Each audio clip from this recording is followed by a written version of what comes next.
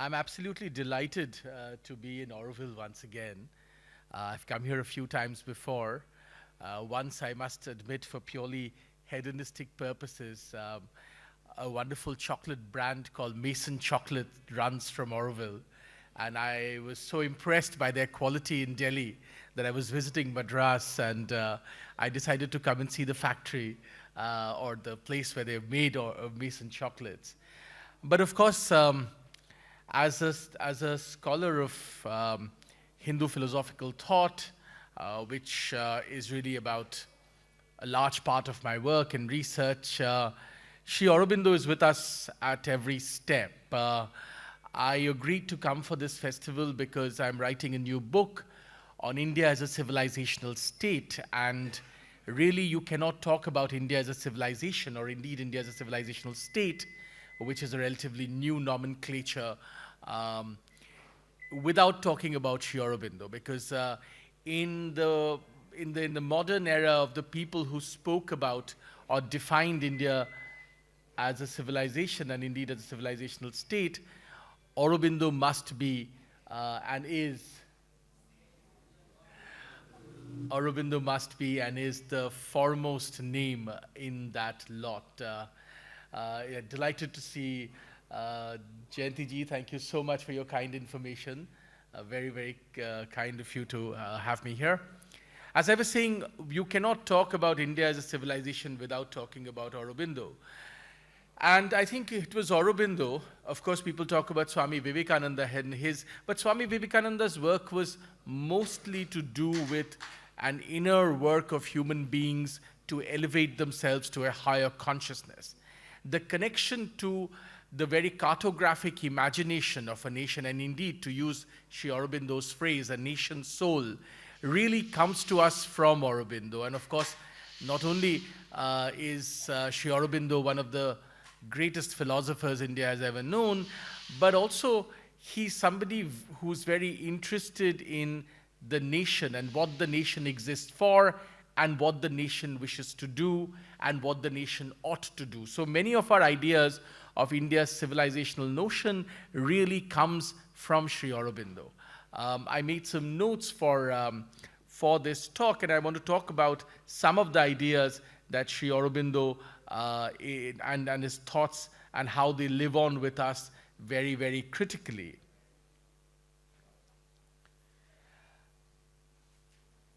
Among the many layers of answers India might provide to the idea of what is a civilization and why a civilization must exist and how a relatively modern nation can, in a sense, tap into its civilizational roots, the most pertinent and the most powerful answers, in fact, come from Sri Aurobindo.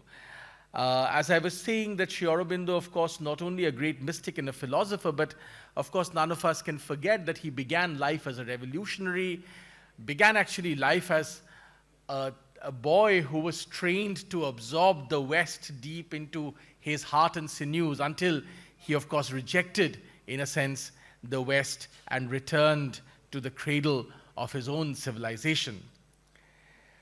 Aurobindo Ghosh, the revolutionary turned spiritualist, mostly known mononymously as Sri Aurobindo or Rishi Aurobindo, to be absolutely accurate, writing from his southern ashram in Pondicherry near Chennai or Madras between December 1918 to February 1919, Aurobindo produced a series of essays published in the journal Arya addressing the question, is India civilized? The question whether there has been or is a civilization in India is not any longer debatable, said Sri Aurobindo. For everyone whose opinion counts recognizes the presence of a distinct and great civilization unique in its character, he argued.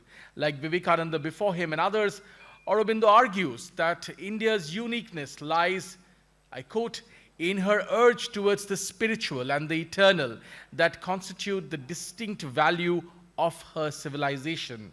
And it is her fidelity with whatever human shortcomings, her great fidelity to this highest ideal that has made her people a nation apart in the human world. Aurobindo's comments, of course, had a context. He was expanding on a debate between the Scottish author William Archer and the British scholar of Tantra George Woodruff on the nature of India. As a colonialist and imperialist, Archer wrote a book, India and the Future, where he argued that India is too esoteric, too obsessed with abstract spirituality, too ridden with the fantastical, and in a state of barbarism to evolve to modern consciousness. And in order to do so, it must embrace the progressive scientific materialism of the West. In a sharp rebuttal through a monograph called Is India Civilized?, Woodruff responded that the question itself was fundamentally ignorant, for even the most antipathetic or ignorant would admit that India has a civilization. But what Woodruff could only see at the surface, Sri Aurobindo obviously saw at great depth, nuance, and with great expansive vision. Woodruff had said that Indian spirit should be itself and thus have cultural freedom.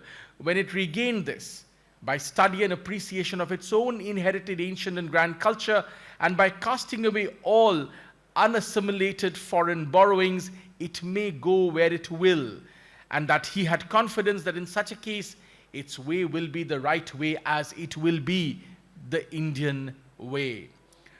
Aurobindo took this idea to much greater heights because, of course, his great spiritual depth, and his comments takes the idea of the preservation of the fundamentals of Indian civilization and offers a geopolitical analysis which I think provides a fulcrum around which we would understand the instincts of the Indian civilizational state.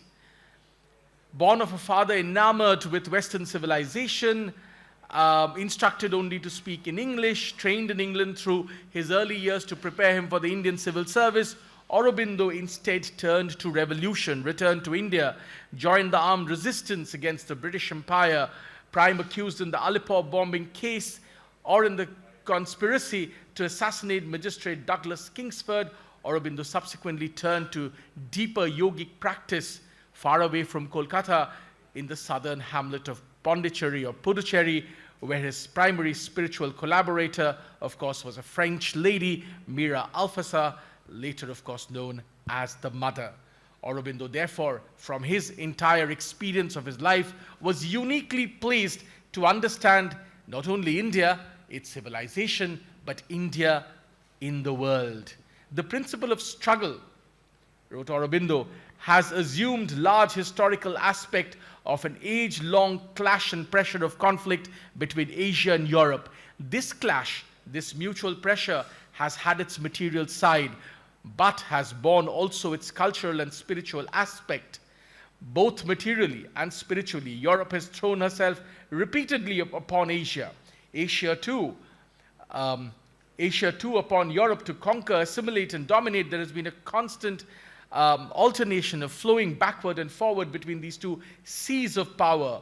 All Asia has had the spiritual tendency in more or less intensity, with more or less clearness, but this essential matter, that India is the quintessence of the Asiatic way of being, has rarely been understood.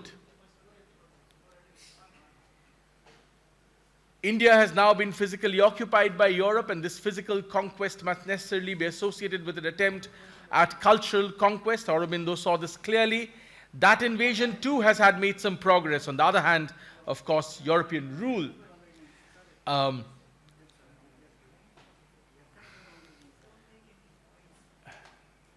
sorry, this was a bit distracting. On the other hand, English rule has enabled India to still retain her identity and social type. It has awakened her to herself and has meanwhile, until she became conscious of her strength, guarded her against the flood and protected her from being submerged, and in a sense also simultaneously tried to break her civilization.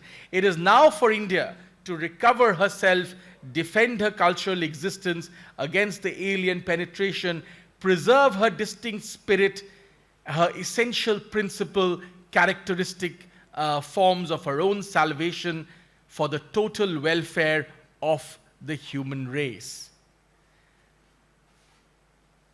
Asia is re-rising, so Aurobindo, but that very fact will intensify and is already intensifying the attempt, natural and legitimate according to the law of competition of European civilization to assimilate Asia, for it is culturally transformed, and if she is culturally transformed and conquered, then when she again counts in the material order of the world, it will not be with any menace of invasion of Europe by the Asiatic ideal.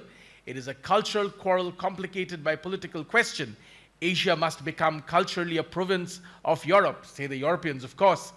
But Asia has its own destiny, and indeed India has its own civilizational destiny. And Aurobindo urges continuously so that India, in a sense, finds its spiritual and civilizational destiny. Because in his mind, there are only two choices. Either India will be rationalized and industrialized out of all recognition, and she will no longer be India, or else she will be the leader in a new world phrase, aided by her example and cultural infiltration, the new tendencies of the West, and spiritualize the human race.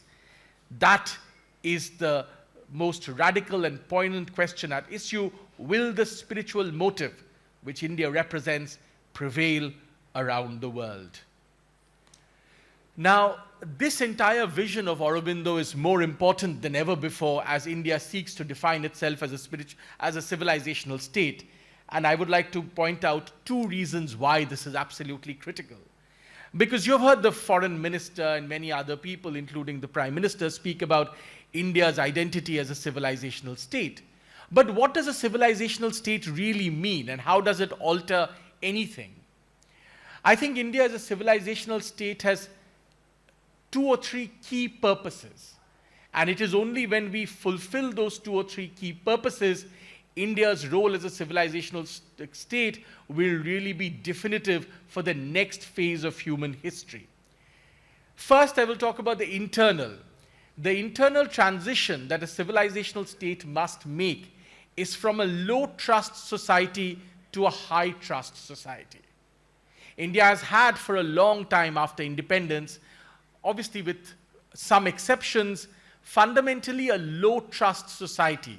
India is making a transition, and it is a difficult transition towards a high-trust society.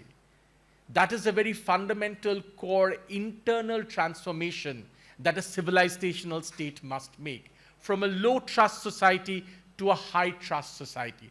After all, many of you have heard of the phrase Ram Rajya being used. Well, if you read the Ramayana with care, what indeed was the Ram Rajya? As all our great spiritualists and philosophers saw, well, the Ram Rajya was perhaps the most potent high-trust society.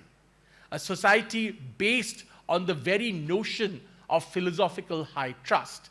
That's the internal part of it. But you may ask, well, that's only internal. How does India as a civilizational state really transform the external, that which is outside, the world, so to speak? And there my answer or my argument to you is that India is fundamentally valuable, not just to Indians, but to the world, as a civilizational state, because only India possesses the knowledge for a post-anthropocentric humanity. If humanity has to have a post-anthropocentric imagination, which is absolutely vital and critical. What is a post-anthropocentric imagination? Well, an anthropocentric imagination puts human beings, or human life, at the top of a hierarchy of command of exploitation, where, at the very bottom perhaps is our natural resources, followed by our ecological resources, then our animal resources, and at the very top are human beings. And an anthropocentric imagination sees this as a ladder, as a chain of exploitation.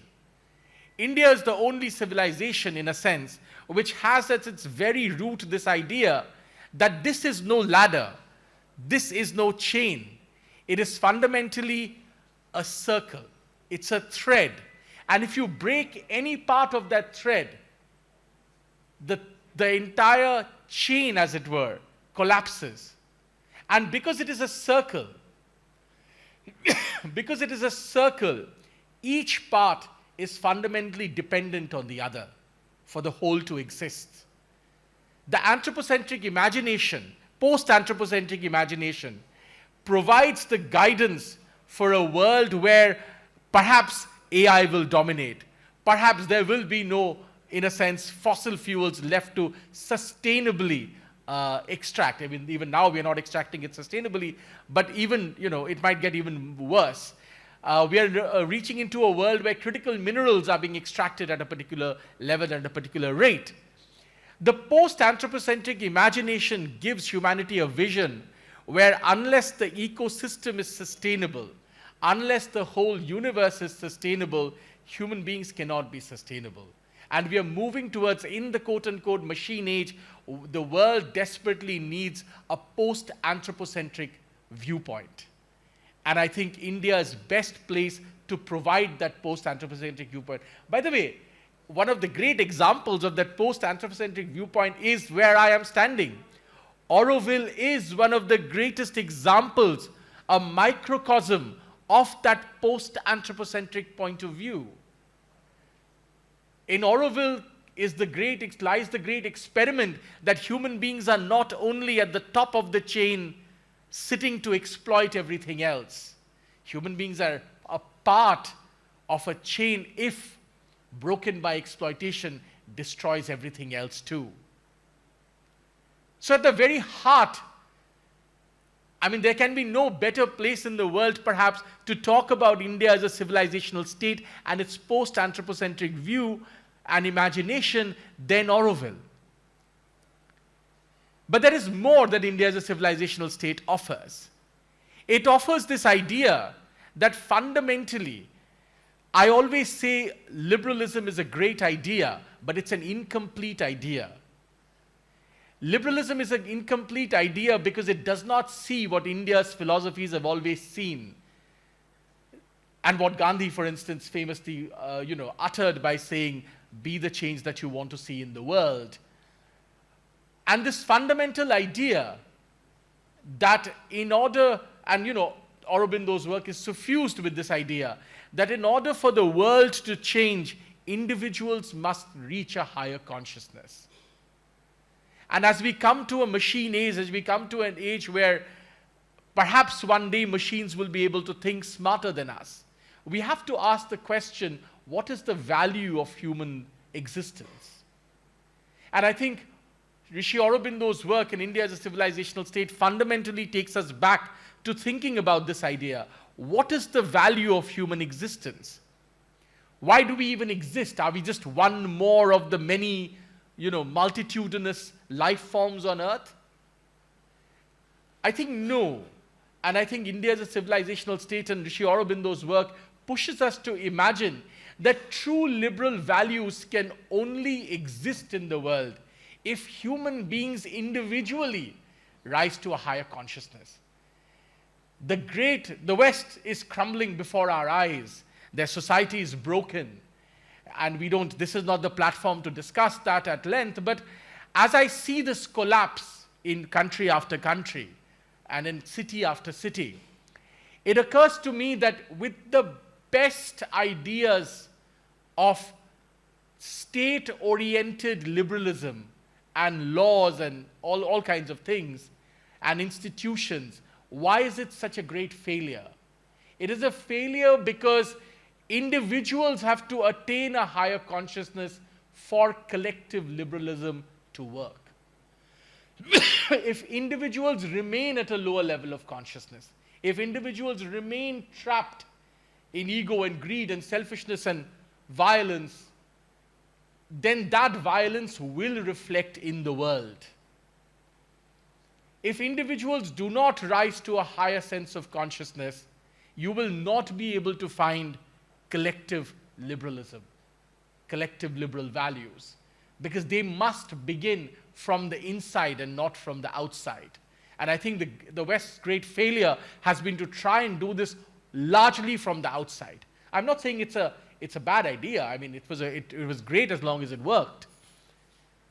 But it does not work, and it's collapsing before our eyes because there was inadequate effort at changing what is inside. And as all our philosophers, and at the top of that list, Sri Aurobindo realized that unless this inner self, this ego, transforms to a higher consciousness, there cannot be change in the world. It is a futile thing to try and attain. And there is one last thing, and I'm going to conclude with that, which I think Sri Aurobindo's outstanding work. By the way, I have always argued on many, many platforms that a lot of people know Sri Aurobindo. Very few people are actually able to read Sri Aurobindo. And even fewer people are truly able to understand Sri Aurobindo. Because Sri Aurobindo is absolutely and almost magically vital. Because I think among all the great philosophers we have had, and we have had many great rishis in our land, he is one of the rarest of the rare people who is actually using words to detail step by step the transformation that's happening inside him. And because that transformation is so vast in a sense, and so critical in a sense, that it is not easy to understand it unless people who are reading it are also going through the same transformation. So I know a lot of people, friends of mine, great philosophy experts, who have tried to read Aurobindo and at some point given up, saying this is too dense. Well, it's too dense because he is actually taking the trouble to step by step explain what exactly is meant by spiritual transformation. And he is able to do it with such vitality because it is not something that he has read, it is not something that he has acquired knowledge of, it is happening within him. He has personal knowledge, he has lived experience, as the social sciences would say, of this change. This is vital because there is no point in talking about India as a civilizational state unless we make the effort in a knowledge sort of way to explain to the world what it means. And this is my third and final point. Because what we need today is not only Auroville as a thriving destination, as this jewel in humanity's crown, so to speak, an example to mankind to how to live sustainably and with love, but perhaps we need 1 billion Aurovilles. Perhaps this is an experiment that has to be done 1 billion times around the world before human beings stop killing each other. So these, and this will only happen, one of India's great failures, at least to me, is this idea that, oh, we have this great knowledge, but, you can come and, learn it if you want, but we're not really bothered telling you about it. There is a communication mistake. And I think India as a civilizational state must correct this communication mistake, not only for herself, but indeed for humanity. So in a post-anthropocentric imagination, in pushing individual consciousness to a higher level before collective good can happen, and indeed being able to effectively communicate the ideas, the profound ideas of a higher consciousness. This, in a nutshell, is what India as a civilizational state should be, must be, while of course transitioning internally from a low trust to a high trust society. And all of this is profoundly grounded in not only Sri Aurobindo's great profound experience, his writings, his teachings, but also in the amazing experience, the experiment called Auroville. Thank you very much, ladies and gentlemen. Thank you. I'm happy to answer some questions. Wonderful. No, please. Anybody, please. Ma'am. Since nobody's yet, I just thought I would. I think it's very interesting that yesterday, also the talk that Sri Aurobindo gave, somewhere we're getting to that post-anthropocentric, and today, and in that sense, Auroville itself symbolizes a possible way of dealing with it, which Sri Aurobindo has given. For those of us who believe absolutely in what they've written, we have so faith, we realize it's not just a possibility, it is a kind of reality, certitude that we will go in that. That's where the world has to go. And also your fact of having 1 billion such experiments. Mother has actually written about it. She said it's not going to be an isolated Auroville. And I also take this opportunity to share with all of you that the governing board has taken a decision that we'll have Auroville international information centers across the world. So those of you representing other locations within India, abroad, those of you here, elsewhere, the idea is to have many such. Tuan, for example, has put together a little, shall I say, a draft of what could be the code of conduct for these or something, so that the affiliation is strong. So I'm just taking this opportunity to talk about that, so that if you have all these little islands across space and over time, then there would be that magic moment, like suddenly the blossoming of flowers at one time in the history of time, where you might have levels of consciousness really rise, they may coalesce in different locations, and you may really have that sudden magic shift happening. And also I want to take this opportunity to supplement what he said, to say that we are looking for more and more people from across India and the world to come here as volunteers, interns, and eventually also join Auroville. Young people, of course, age, as Mother said, is just a number. So, but we would really like to use this opportunity, this platform, to request students, people from the diverse spectrum, anything at all, any field, but then those that really feel called to come here. That was all, but I think this was a brilliant, and the circularity, the way you depicted it, Hindol, thank you so much. Thank you. Much a question as a little... No, absolutely. Anybody? I'm happy to take one or two or none. Okay. Hi, Hindol. Thrusting the mic into your mouth. That's all right. Yeah. So just one point, because you have written about the freedom struggle also, you have written about Patel's biography and touched upon other aspects of the freedom struggle. Yeah. One point of departure, Yeah. which Sri Aurobindo represented, Yeah. was the superiority or the primacy of religion over the other social and temporal factors, for which he left the freedom struggle and chose another path. That was not always welcomed by the prominent revolutionaries, starting with Hemchandra Kanungo, going till Subhash Bose, who bitterly criticized, although he was a great admirer. Now, this debate remained forever, which took a different turn with the rise of communism. So, if we have to, I mean, we can have our own opinions and views. So, what I would like from you is to have your view on this point of departure, which was the right path. I mean, there is no right or wrong, but what was the most appropriate thing to do at that point of time? Because Sri Aurobindo's departure caused a huge vacuum in the revolutionary space, in the narrative space, and the revolutionary movement was considerably weakened, and it took many years to regroup. So, keeping that in mind, and the later generation's complaint, how do you see Sri Aurobindo's departure? No, look, you know, there are two or three things that are worth saying about this. You know, in a straightforward sort of sense, if you consider only revolutionary history in India, obviously had Sri Aurobindo remained a revolutionary, could we have won freedom in a different sort of way? Maybe. But these are, you know, I mean, historians never considered what could happen. I mean, anything could have happened. I mean, I don't know, right? I mean, he may have been arrested in a different case some other time, and maybe the judgment would have been much harsher. I mean, anything was possible, right?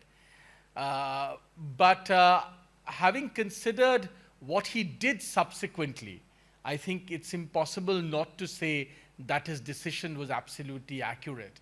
Because what he left for us, I think, is far, far more valuable than his participation at that moment in the revolutionary movement. And I'm not saying it was not valuable. It is very valuable and it is very important. And I see where people like Netaji and others would have been, you know, critical about this. But, you know, I actually really believe that fundamentally India's path genuinely is spiritual. Now, sometimes we may have to, you know, pass through conflicts to get to that point. But fundamentally, that is, and you know, I totally agree with Vivekananda and Aurobindo and all these people who made the argument that fundamentally India's path is a spiritual path. Now, is that path easy? No. And would there be conflict going through that path? Maybe yes. But what Sri Aurobindo left for us having left the revolutionary movement and focused on his deeper calling. Remember, he famously said that he had had visitations, so to speak, of Swami Vivekananda in his jail cell, urging him towards a different path, right?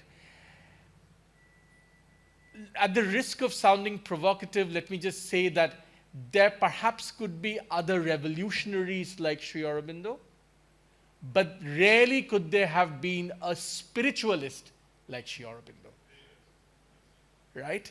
It's slightly provocative, but it's important to say this, that his contribution as a spiritualist, as vital as his contribution as a revolutionary was, and I do not in any way mean to diminish that, but his contribution as a spiritualist is so vast, so enlightening, so profound, so magnetic, that today, it will live on certainly much longer than any of us in this room, and much, much longer, right?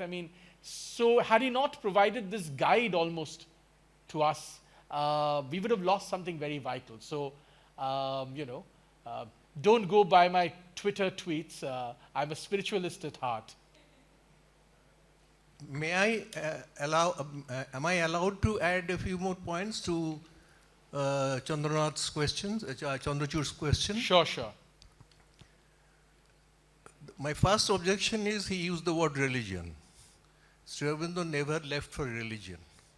It was a call, and religion and spirituality are two different things. Religion is the basis. Spiritualism is a vaster, higher, intenser, a larger thing. And besides, in every activity, in every revolutionary activity, there is a stoppage, a gap in evolution. So at that point of time, Sri Aurobindo thought it might not go any further. So he thought of something as a substitute, something which would be more potent, more powerful than by doing guerrilla warfare in Kolkata and in Bengal. And besides, the point of spirituality, which is so vast, so large, that it is difficult for the ordinary people to understand what he did even in his silence. He was more active as a politician in his silence. Sri Aurobindo was a whole-time politician till the end of his life. He never left politics. This is a mistake which I would like to correct. Thank you.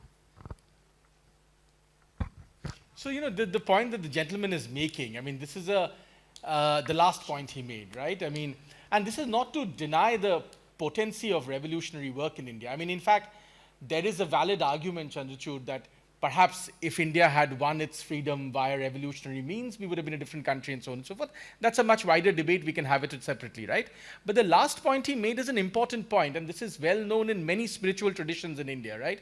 That this idea that a sage is not contributing to the changes in society by retiring from the material world is not accurate. Sometimes by their, if you want to, you want to use the word yogic practice, you want to use the word spiritual work, you want to use the phrase inner work, whatever, language you want to use. But through that process, they may yet be contributing vitally in that change or for the change of that society. Now, this is difficult to understand, right? Obviously, in a very basic sort of way, it almost doesn't make sense, and yet it does, because Sri Aurobindo, this is not being said only about Sri Aurobindo. There have been many people about whom this has been said, and I do think there is a certain potent validity to this claim that even with their deep spiritual work, they are transforming the world that exists around them, right? I agree with you. That's my humble submission. I'm not saying you have to agree with me, but The thing is, my question was not meant to be a confrontation. no, not at all, not at all. To get a different perspective. Of course. I feel that this aspect is not explored or discussed. Yes, enough. absolutely. No, fair enough, absolutely. Yes, the gentleman there. Go ahead, sir. The last one. Yes, please.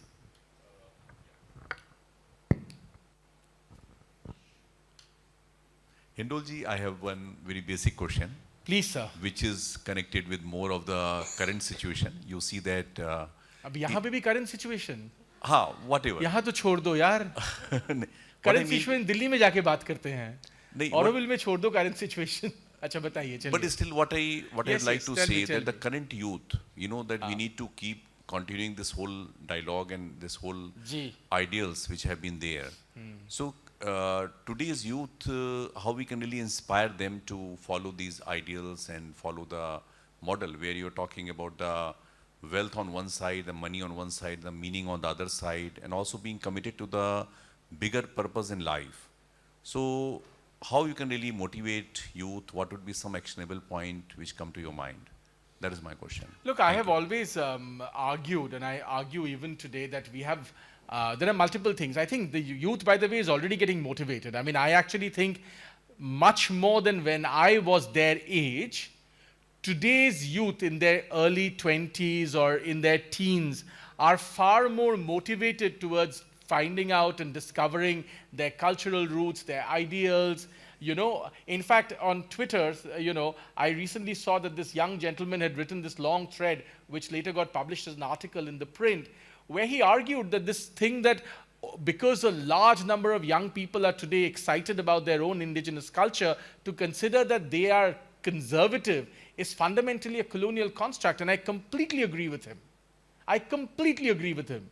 This is all the BS that has gone on in this society and this country for a long time. And I think fundamentally the young people are rejecting those frameworks and saying we want to feel proud about who we are, our culture, our tradition, our clothes, our food, our music, and we want to feel proud about it the way it is, not by trying to, you know, in a sense, dress it up for the consumption of the West. That's amazing. I think that's amazing. More could be done. Yes, you're absolutely right. More could be done. All our work, collective work, has always been for the last decade and more to make it happen, to do more about this. I have few concrete suggestions which I say everywhere and I'm happy to repeat here. I think one of the vital things that I missed in my schooling was that I was not taught Sanskrit. I think it should be mandatory for Indian. I'm not saying everybody will become a great Sanskrit scholar. I think at the very least, Indians should be able to access their most vital spiritual texts in the language in which they were imagined, they were written, they were spoken. If I have to turn to English to access the Upanishads, there is something vital missing in my life. And that's a tragedy. And I think that's a tragedy. So that's one very simple, basic thing we can do, right? Look, we used to have a culture where there was spirituality in every aspect of our life. We later thought these were all random traditions, this is all superstition, throw them out, this, that, and the other. But I think the first step towards accessing that culture is language. When you access the language, you begin to understand the nuance. I mean, I have a student who told me one day that he realized that in Sanskrit, every word is basically correlated to a sound that an animal makes in nature. And that's how, you know, it is the most natural way of thinking about language. But where did he learn this from? From a Scottish researcher.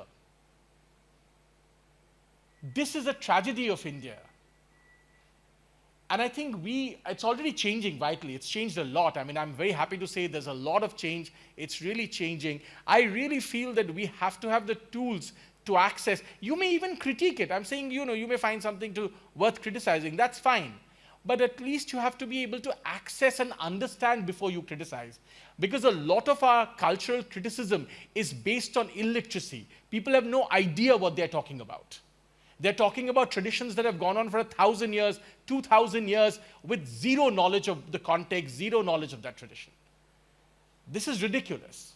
And this is changing. These all old colonial constructs are collapsing. This is changing. I'm delighted that this is transforming. And I do hope a wonderful place like Auroville will play its own role in encouraging young people to get in touch with their civilizational self.